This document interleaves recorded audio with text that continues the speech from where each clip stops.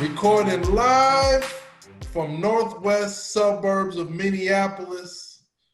This is Twin City Affiliates. I'm the host and the creator, Coop DeVille. And on this episode, we got a special guest, Mr. Chadwick Niles Phillips. Yes. And before this brother says anything, this brother wears many hats, does a lot of things in the community, from MCing to poetry jams, to open mics, to plays, to teacher, motivator, educator. And I'm missing some other things, brother, but welcome to Twin City Affiliates, man. Thank you, brother. Thanks for having me, LaShawn, for sure. Definitely. Before let me see. I've been knowing this brother since Zach LaVine jumped from the free throw line doing the windmill in the dunk contest. Man. You know what I'm saying? He was a T-Wolf, right? Yeah, man. About 5 years. Been knowing this brother for about. Now he's rocking for the Bulls, man. Averaging. Yeah, now he's on the Chi-Town side of the game. But my brother. To start this off, Chadwick. Just to give you a background of this show, man, I'm creating this show. It's called Twin City Affiliates. And what this is a celebration of the people that's from the Twin Cities. And a Twin City affiliate is somebody that was born and raised here, right, or somebody that has moved here and lived here for more about 3 years. Yeah. So I would like to just start off by, how did you become a Twin City affiliate, man? All right, bro. So from the time that I was a child, I always had relatives here. A lot of my aunts moved here after high school, after college. My auntie, Cynthia Wilson, she played for the Minnesota Gophers. It was a picture of her in my grandparents' house in black and white, crossing someone over in the arena that they play in for the Gophers. And during the summers, we used to visit, throughout my childhood years and my teenage years. And then my last year of high school, I stayed in Brooklyn Park for that 1 year. And I went to Park Center High School, graduated from there, went to states in track from the 104 by 100 meter dash there, and hooped for the squad. And I got my name known on the scene as a teenager, winning a couple battles and a couple talent shows, the things that I could do as a teen while I was here for that 1 year. And I made a lot of, speaking of affiliates, you're saying, I made a lot of affiliations, a lot of friends, great relationships from that day all the way to right now. So it's always been a connection to the state of Minnesota and the Twin Cities since I was young. And then after college, I moved to New York City. And after New York, I moved back. So shout out to the Twin Cities in the state of Minnesota. That's what's up, man. Yeah. It's always good to hear the connections of, people that weren't born here at first, but eventually moved here. So that's always good, to hear these stories. But we gonna go into all of that, man. Actually, let's go into what made you? Let's start here. What made you want to come back to the Twin Cities? You said that you lived in New York. You was doing your hip hop thing out there, right? So what made you want to come back to the Twin Cities after experience the life in New York? Right. Well, it was about the next chapter. Like, where can I really move to solidify myself? Where's the price of living great at? Where is it a good environment? And just a place of opportunity.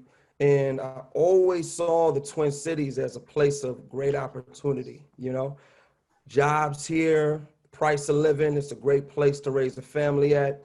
And my sister lived here along with a couple of my aunts. So when I moved from New York, it was out of Atlanta, LA, or the Twin Cities. And plus, I'm a Midwest kid, Gotcha. So I was on the East Coast for 3 years, and just wanted to move to a place that was familiar with my upbringing and then build from there. So I moved here, and I stayed with my sister for a year.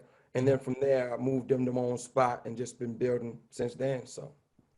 Okay, that's what's up, man. So when did you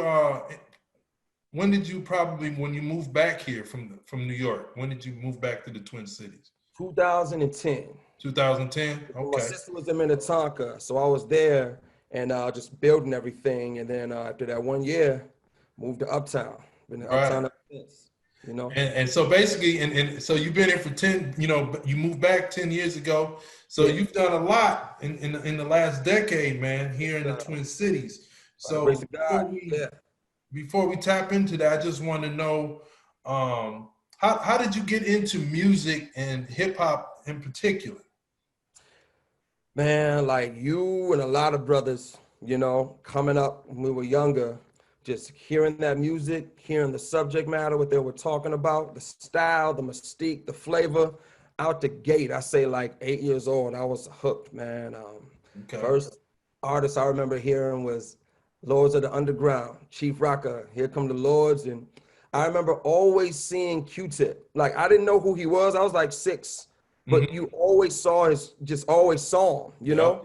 And then with Def Comedy Jam, when Kid Capri would play Electric Relaxation from just the vibrations, man, really hit me. And then my older brother Segrin was a hip hop artist. He was like the crisscross of Lansing, man. He was like 12 on like radio commercials. It was this Okay. shoe store called Home Team that he made a commercial for, man. So it was like having a superstar in the crib, He used to have these turntables he Okay. would mix on in the house, man, and I'd just watch him and just study what he did. And he had this tape called the East Coast Mixtape, man, and just the vibes, man, on it was Wu-Tang on there, Common, all types of artists, man. And so, Right. yeah, it hit me. But I was playing sports. I was hooping and playing football. I didn't think I'd become an artist, but I was very artistic. I was in like gifted and talented class for writing.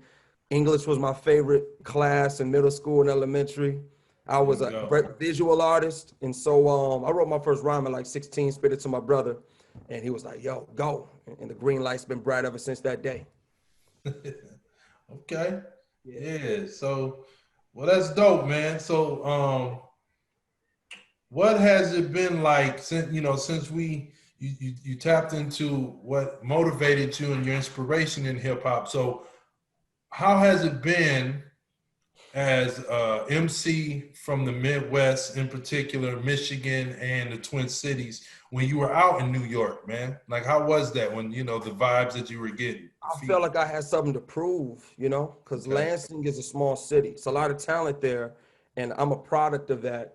But Lansing's a small city, so when you're from a small city and you go to the bright lights and the Big Apple, it's just that hunger is on 10, and it's like everywhere you go, you have something to prove, and it's like you Hmm. got the city on your back, you got the Midwest on your back, just everything that you came up in. So but the thing about art that is so dope is it doesn't matter where you're from. It matters who you are and what you represent and how high of a grade your talent skill is. So Right. I'd hit up different events, and due to the responses that I got when I was younger, like I win battles and win talent shows and throughout the city in Lansing and even Detroit, there was a lot of love coming up. So they was like, yo, you're about to do it, but I went to school. I want to get that out the way, make sure that's part of my repertoire. So moving to New Gotcha. York, I already had that confidence from the resume that I already had as like a Hmm. teenager and in my early 20s. So I just hit up all different types of venues and, open mics and networking. And then I ended up getting into a talent show, the Hot Uh-huh. 97 with Koch Records. And long story short, I ended up winning that. And it was just this kid from Lansing in New York City who won the talent show. Now you're on a major label, getting interviewed by DJ Envy, performing at Summer Jam, and it was great, man. Shout outs to New York, man. They Yeah, showed a lot. definitely.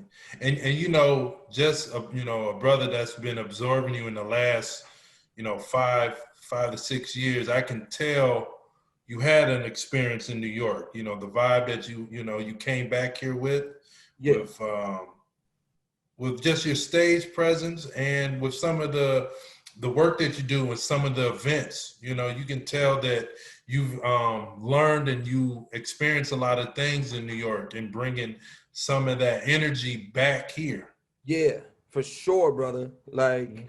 I mean, I worked at BET too and CBS in New York City Fashion Week. So it was a Okay. lot of prestigious atmospheres that I was around that I soaked in.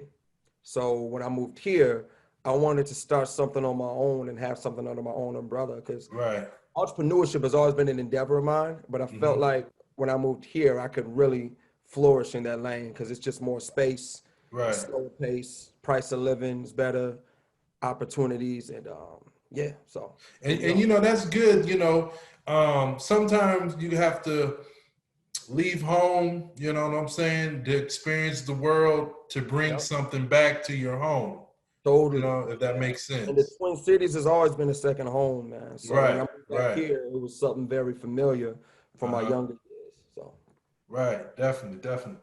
So, so yeah, man, you like I said, man, you just don't just do the hip hop stuff, man. You do so much other things, man, and I think that's what makes you have such an impact is you are into so many different things. Like let's go into you being a teacher and a motivator to the youth. That was something when I learned that you was doing that, man. Like that really caught my eye, you know. So thank just touch on that, like what the things that you do with the youth, what kind of teacher you are, what kind of motivator that you so are. I teach a curriculum called Hip Hop History and the Arts.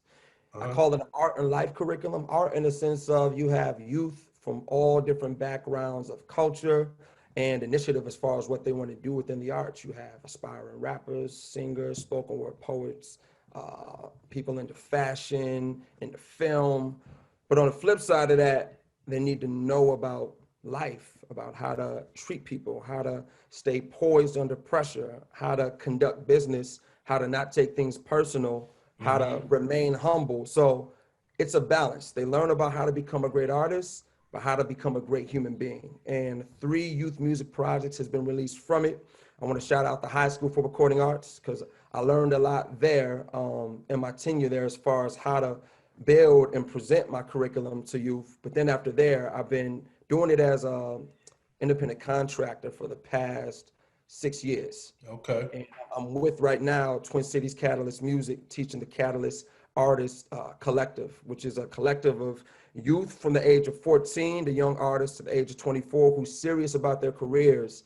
And it's Mm-hmm. just been a blast because it's artists of all different cultures, backgrounds, and genres, from rock and roll to hip hop to R&B, and to give them the advice that they need is amazing, man. So it's my passion. It's a big passion of mine. And you know what now is like I've seen some videos that you have shared, you know, on your social media of Yeah. some of the progress of some of these talented young people that you have worked with, and some of the other people that work with you that are helping teach them. And just express that, man, because I remember I can't remember the group, but I think it was a workshop that you were just showing a glimpse of you teaching, and Mhm. just seeing the growth of them and just seeing how young they were, and they just had so much bravery and passion and heart, man. So Yeah. just talk about some of the positivity things that you have seen with your students, brother. I mean, it's been amazing. You'll have a student who has talent, but doesn't even know because it's never been tapped into, Mm-hmm. or they've never been approached and told that they have potential. So I treat my students out the gate like they're the biggest stars ever. Okay. Because they are, they're the future. And I think that out the gate, you need to have a bright attitude when dealing with youth because they're learning from what they see. Everything that they see is what they're emulating. And it's like, you never know what they're going through. You never know who is telling them that they can make it or if they never heard it before. So Right. when I'm teaching these youth, I try to have the brightest vibe ever because you never know what conditions they're going back home to. And then I Mm-hmm. think about when I was a youth, the different adults that told me that I could be able to do it. So I want to be that same person who I saw back then when I was younger. I want to be that same person to these youth today.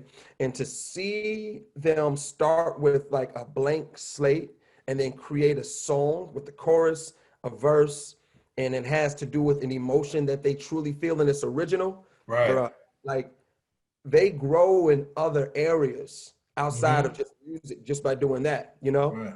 Self-confidence, self-esteem, communication, because they have to work with other kids that they never met before.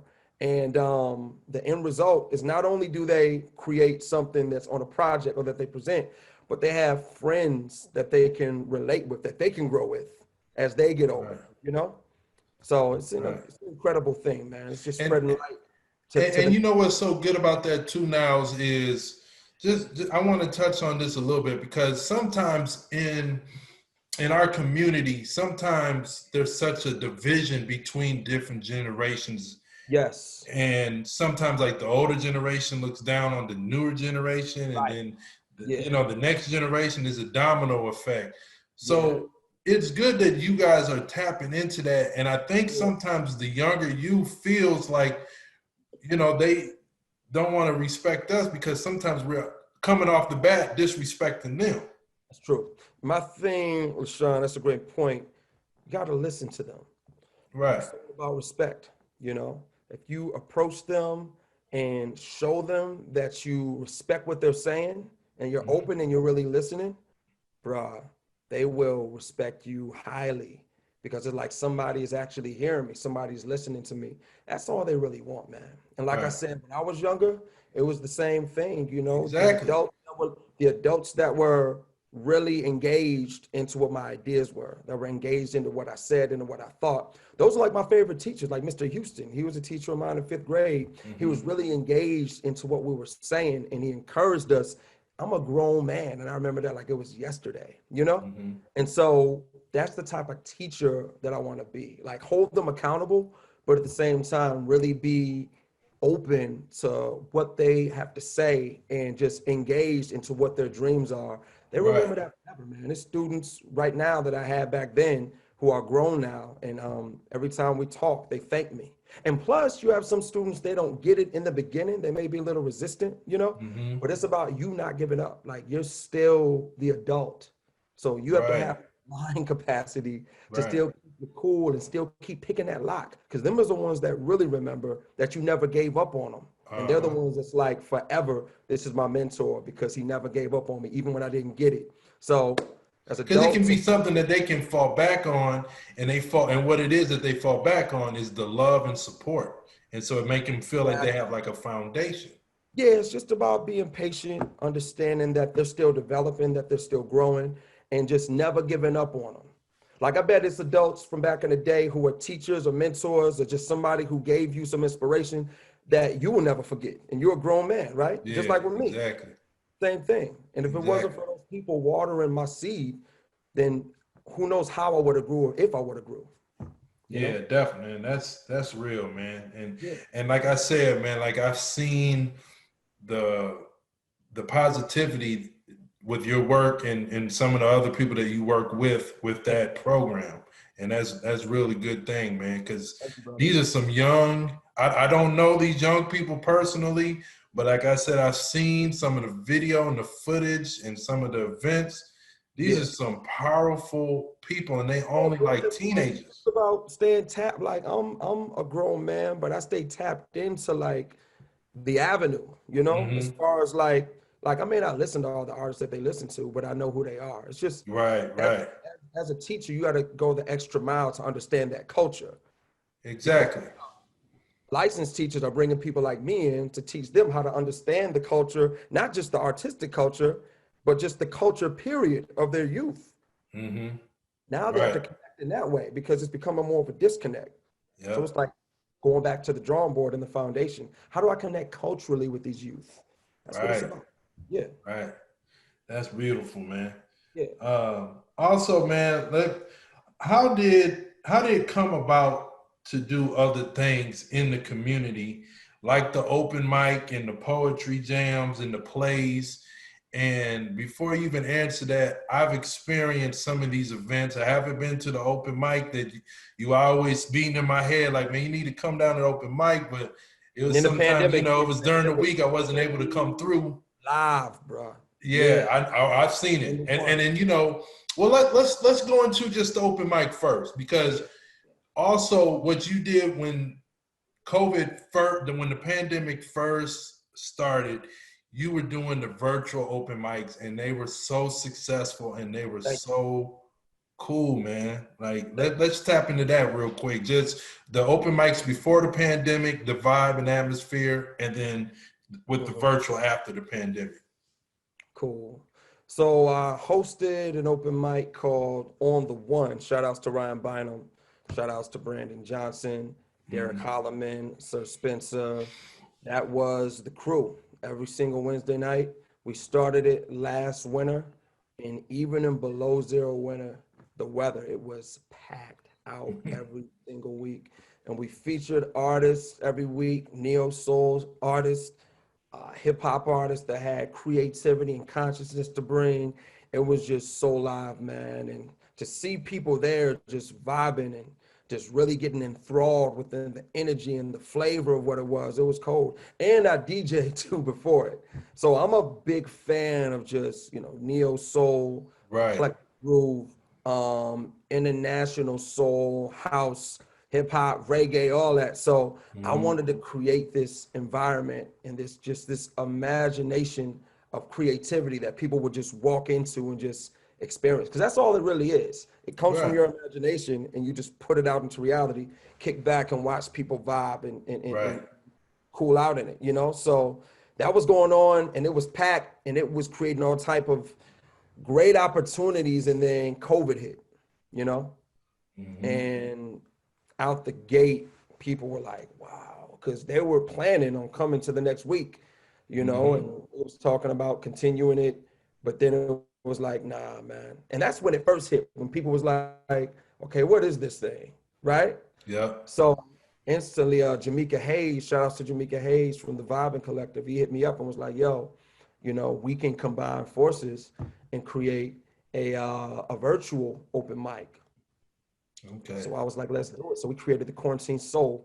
And that was great because it opened up lanes to feature people nationally and internationally from the comfortability of their homes, where everybody's still safe, but at the same time, everybody's able to vibe and kick it. And shout out to DJ Envy too. He was the DJ for it, and it was incredible, man. We featured some Grammy Award winning artists. Right. And what I liked about it, what I liked about it too, man, it's a platform that shows the talent, first of all, locally in the Twin Cities, because there's so much talent through years, man, in the Twin Cities. Totally. And the thing is, we always have the Twin Cities in the mix, like always, Yes. And it was great too because they were able to network with artists internationally and nationally through that. It was like Twin Chicago meets Dominican Republic meets London, so. Exactly, and that's what I liked about it, man. And it's because there's always been talent here. You have the Prince and the Time and Jimmy Jam, Terry Lewis, all the way down to Next and Sounds of Blackness and Mint Condition. I mean, there's so much talent that's come out of here. Janet Jackson would come up here. So many albums have been done here. New Editions album. Yeah. You know what I'm saying? So it's just like, I like that platform because half the people I know can spit on the mic, got so many cool poems and ideas and all of that. So that's why I really liked your platform and how you did it, because it was real smooth. And it just got to the point of showcasing people's talent. Yeah, just showing us in a high forming fashion. I think about the Harlem Renaissance or the bebop era. Different Black Renaissance movements that showed us in the highest form and fashion. And so it's all about emulating that, and creating a great platform for our future generations to follow and learn from. So, and I'm glad you said that, because let's go into, with the events, because I've been to so many of your events, man, your social gatherings, and it had the atmosphere and the vibe of New York mixed with the Twin Cities. But I remember one of my favorite events that you threw, and it's been so many that you've had, but I think it was at Faces. Yeah, the vibe the spot downtown St. Paul. And I remember I went to two events that you had there. One that was it was pretty packed, and then the other time it wasn't as packed, but it was still a cool vibe, and it reminded me of, I can't remember the name of the bar, but in the sitcom New York Undercover, when they would go to the bar and they had the live singers, it was a vibe like that. Yeah. So, you know, Thank I you can for saying see. that, man, because that's the type of energy and atmosphere that I wanted to create. You know, Uh-huh. um, like I said, being a fan of Neo Soul, you know, Erykah Badu, Jill Scott, D'Angelo, Maxwell, and you know, when you go out wherever you're at, the atmosphere and energy is more kind of on a commercial level, the It commercial sure lanes, and is. it's all about putting some paint where it ain't, as Yeah. Bilal says, and Right. tapping in to empty avenues and filling those avenues up with what needs to be filled. So Right. that vibe, that energy, that's like my lane. That's my cornerstone. That's where I Mm-hmm. dwell when it comes down to the entertainment I like. So it's Gotcha. basically sharing what I like and then people who are like-minded kicking it. Uh-huh. Yeah. Right. Right. And then just real quick too, some of the plays that you have helped put together. I can't remember the name of the play that I went to, but I think it was the play with different people were portraying different Yeah. historical Black Progressions figures. of Black progression. Yes, You went to that the one that was. was I in the had theater, front right? row, and You that was was a front row beautiful of that. play. Just go into like how you come up with that, or the people that you work with came up with those ideas, and just portraying it here in the Twin Cities. So the timing of it was perfect, man. This was Black History Month of I think 2016. Um Mhm. Ameriprise Financial contacted me and they wanted me to put together a presentation that had to do with Black history in the arts. So, and it was a person who came to an avant-garde concert that I put on, and she inboxed me on Facebook. So I was like, okay. So I thought about how can I be able to balance out speaking about generational changes, along with that artists who existed during these different terms of Right. world, these different turns in world history. So yeah, I wanted to speak about the African American experience dating back from ancient Africa to the times of us being kings and queens within royal garb, the Senegal and all that, Mm-hmm. through the Atlantic slave trade, through the Great Migration, so on and so forth. So I had a brother named Joe Davis play Langston Hughes, a sister named Dahlia Jones play Billie Holiday, and a brother named Travion Dunlap play Sam Cooke. So they represented the different artists who existed during those different points in time. And Mm-hmm. I was like a time travel narrator. Right. So when I would speak about that person, I would go tap them and then I'd pause, like I turn into a statue. And then they come out, Yep. speak, and then they go back to being the statue. It was so live, over 2,000 people came. And in the end, it was like, okay, now what are you going to do with this knowledge that we gave you? So we did it for Ameriprise Financial.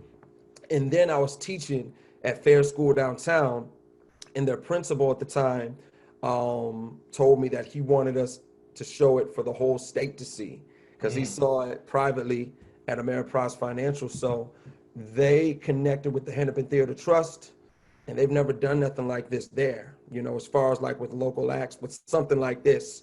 And they said it was the perfect time to do it. And during that time, the Jamar Clark situation at the fourth precinct, remember that? Yes. Camped out. So Mm-hmm. it was a youth one act program that was a theater program at Fair School downtown. They had their youth reenact that scene at the fourth precinct Mm. as an opener. So that's what their show was, and then ours closed it out. So Right. yeah, man, it was historic, man. Yes, it was, because that was a powerful play, man. Yeah, man, it was Very powerful play. amazing, bro. So, Yeah, yeah. and also now, with that history of our people and what we're going through now in the Twin Cities, healing after the tragedy of Brother George Floyd, um, I just wanted to ask you, brother, your take on how as a people we can get through this. I mean, I know we've been doing okay, but I know we're still hurting.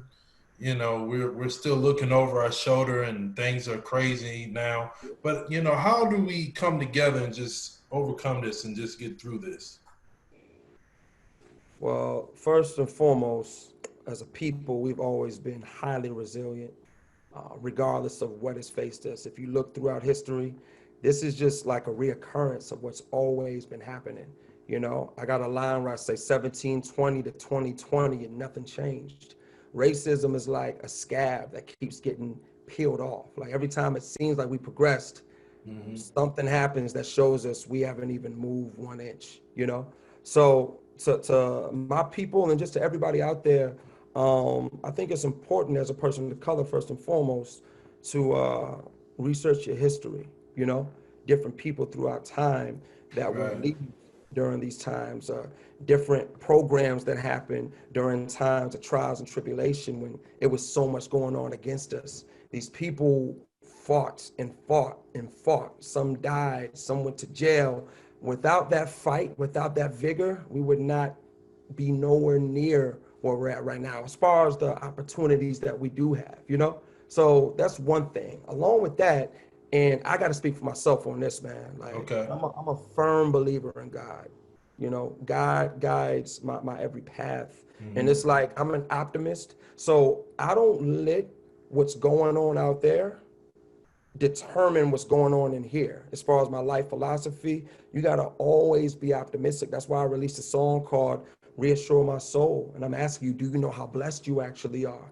Always stay focused on the things that you do have, even amongst the pandemic, even amongst all of these apocalyptic things going on now. It could be way, way, way worse. Yeah. Real.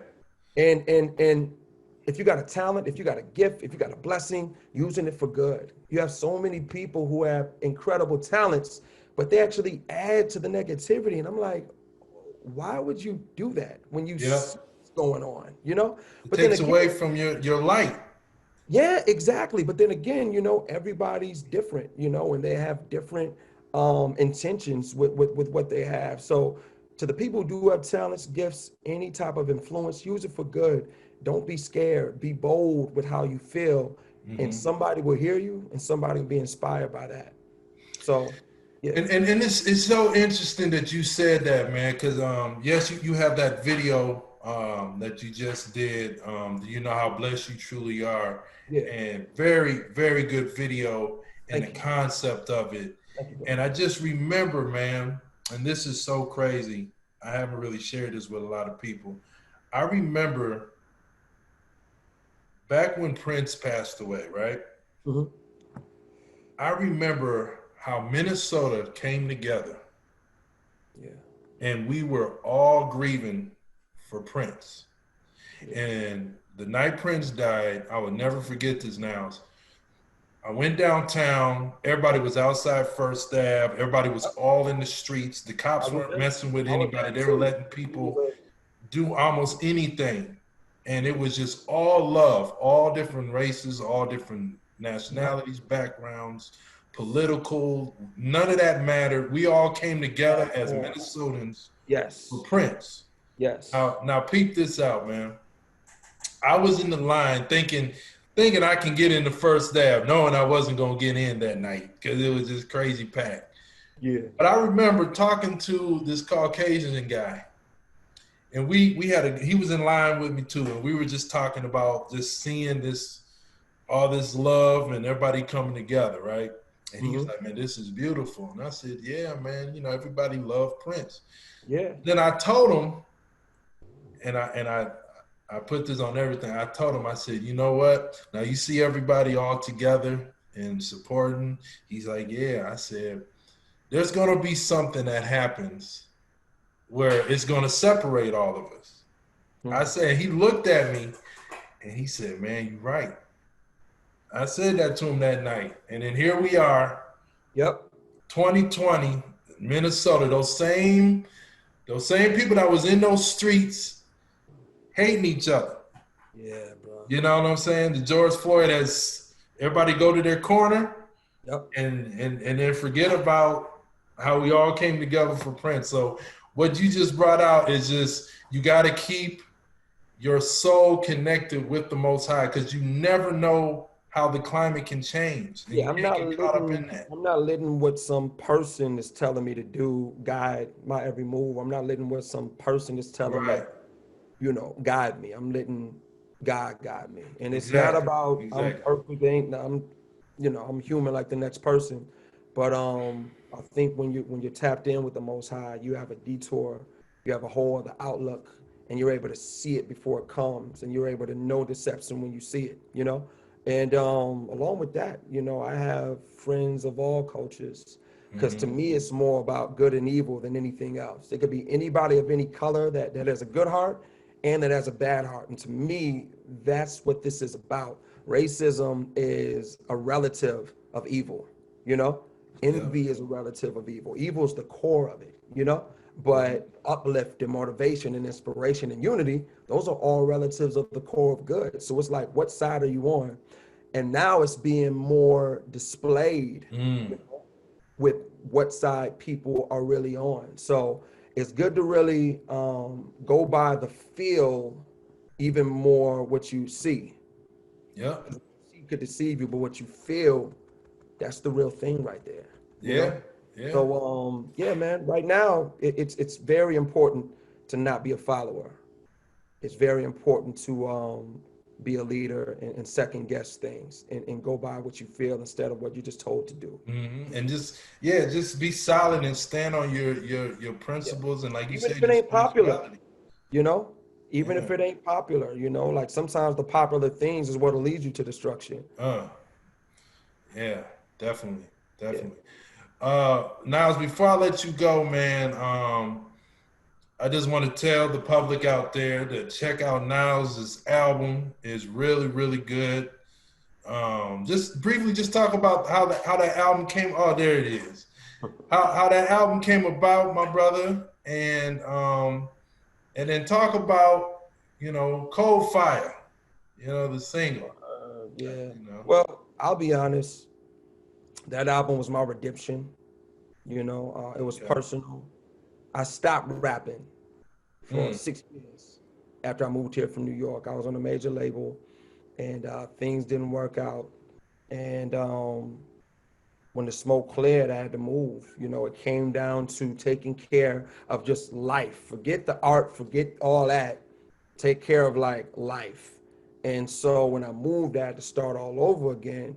And I had to watch a couple people who I was on the scene with blow up, who I was cheering on, but I thought that I was done. I said, you know what? It's a thing of the past. right, Whatever right. career I go into, I can still use my degree. That's what I was thinking, even though I felt destined to do music. But time went on, my mom passed, and it really hit me that I need to get back to it. But then at that time, I was a new man. I was more mature. I was more business minded. I had my stuff together, all that stuff. So I built myself back up. So by the time I was ready to start rapping again, I have a platform to put it on. But Right. I was like, if I do it, I gotta be just as live as I was in New York. So started releasing songs before I released the album, and then all these opportunities came, like with Most Def, uh, for Most Def, Raekwon, Rakim, Slick Rick, Pete Rock, Camp Low, Slum Village, all types of artists. When they came here, I was either opening up for them or co-producing the show and hosting. So that built a anticipation for when I was coming up next. So started working on To Remain, and actually when I was 16, I said if I ever drop an album, it'll be called To Remain. And the Wow. first Facebook post I ever put up in like 2004 when I started, the Wow. Okay. gallery was called To Remain. Uh-huh. And the word remain to me is the most powerful word in the dictionary because it has to do with being infinite, you know? Mm-hmm. And then it's like to remain you, to remain strong. So it's infinite with the title. But yeah, brother, came out with the album, and then I won a couple of grants to help support it. And Okay. shout outs to Beecher Villancourt because he helped support it. And shout outs to Tony Bones because the first couple of major events that I performed in, he was a part of. J Okay. Electronica I hosted, and then Most Def at the Skyway Theater. And shout I outs was to at that one with Most Def. You killed it. good You luck, yeah, killed that man. night. Good luck. Yeah, that Most Def was I had. Yes. I mean, I'm opening up for one of my favorite artists, Mm-hmm. and my music is within that same vein, Yeah. of the Most Defs, the Talibs, the Commons, the Nas's, the Black Thought, Yeah, so on. you killed the Raekwon show too when you opened up for Raekwon in St. Paul. I Yeah, was at the that one too. That was yeah, dope too. that was super live, man. Yeah. Yeah, and, Cold Fire. So the first single was "The Time Is Now." The second one was "Cold Fire," and the third one was "Reassure My Soul." And now I got the Chadwick Boseman record that I just Yeah, released. brother. Yeah. That Partnership with is Devontae Isles, Grammy Award-winning producer, and Beth Griffith Manley from The Voice. So that's out right now, y'all. Superhero ode to Chadwick Boseman, and Chadwick Boseman's brother yes. back Yes. to help with the campaign. We had a meeting. Congratulations on that too, man. That's big. That's really Thank big, man. Yeah, man. Chuck D reposted it, and Ed Lover Yes. reposted it, and the VP of ESPN. So we're starting out the gate really strong. And Wow. a portion of the proceeds will go to the Chadwick Boseman Charitable Fund for the Arts That's what's up, man. program. So it's to help That's that. what's up. And this is how unity looks like, man. This is what it's supposed to be, man. Just supporting each other and just recognizing the light in each brother and sister, because Chadwick was a brother that had a lot of talent and a lot of light that touched a lot of people.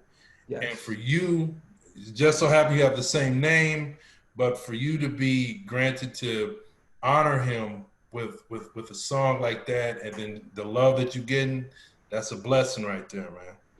Man, Chadwick Boseman, bro. Like the way this brother carried himself, Yes. the way that he cared about the needy, but he was the man at the same. He was like the biggest icon of his generation in acting, like Black Panther. We never seen nothing like that, you know? Yep. Yep. Grossing millions of dollars, but at the same time, so humble, man. The most humble icon I've ever seen. Mm. And I don't think you're too old to have a role model, you know? And Yep. looking at him, every single interview that I see, man, he's always bigging up his predecessors, the people who came before him. He's always bringing up different people who he visited, who had an ailment.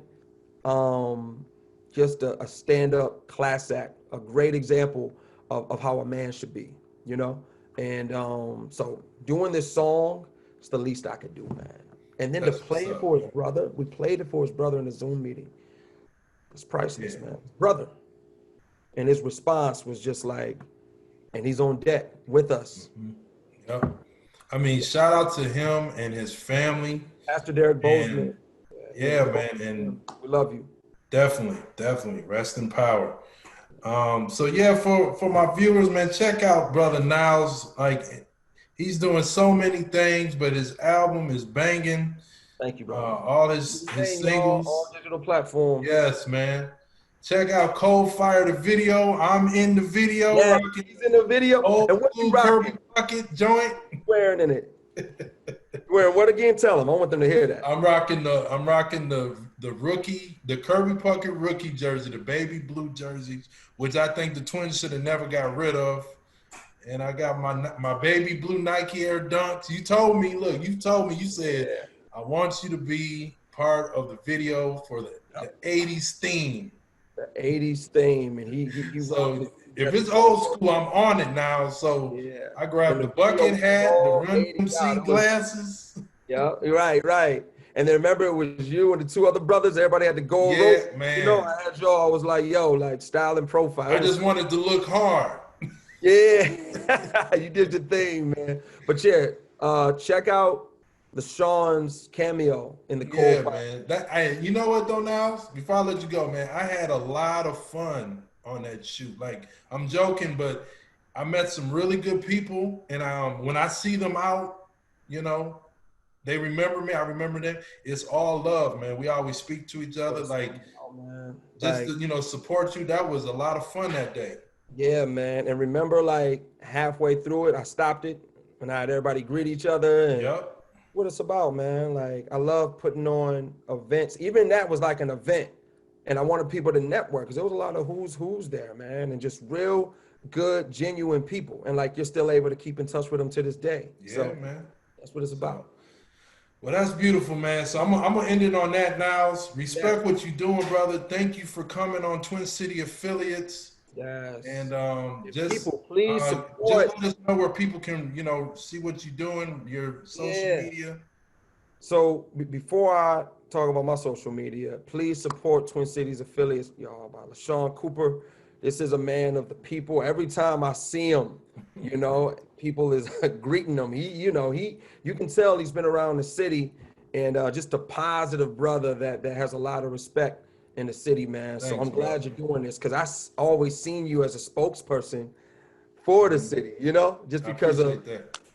how you move, and, your reputation, and just you showing love to everybody, man. And people know that. That's why I know they're going to support it. I appreciate that, brother. You're Appreciate welcome. that. I'm at Niles Got You on Twitter. That's at NILESGOTYOU. My website is www.theavantgardeis.com. That's www.theavantgardeis.com.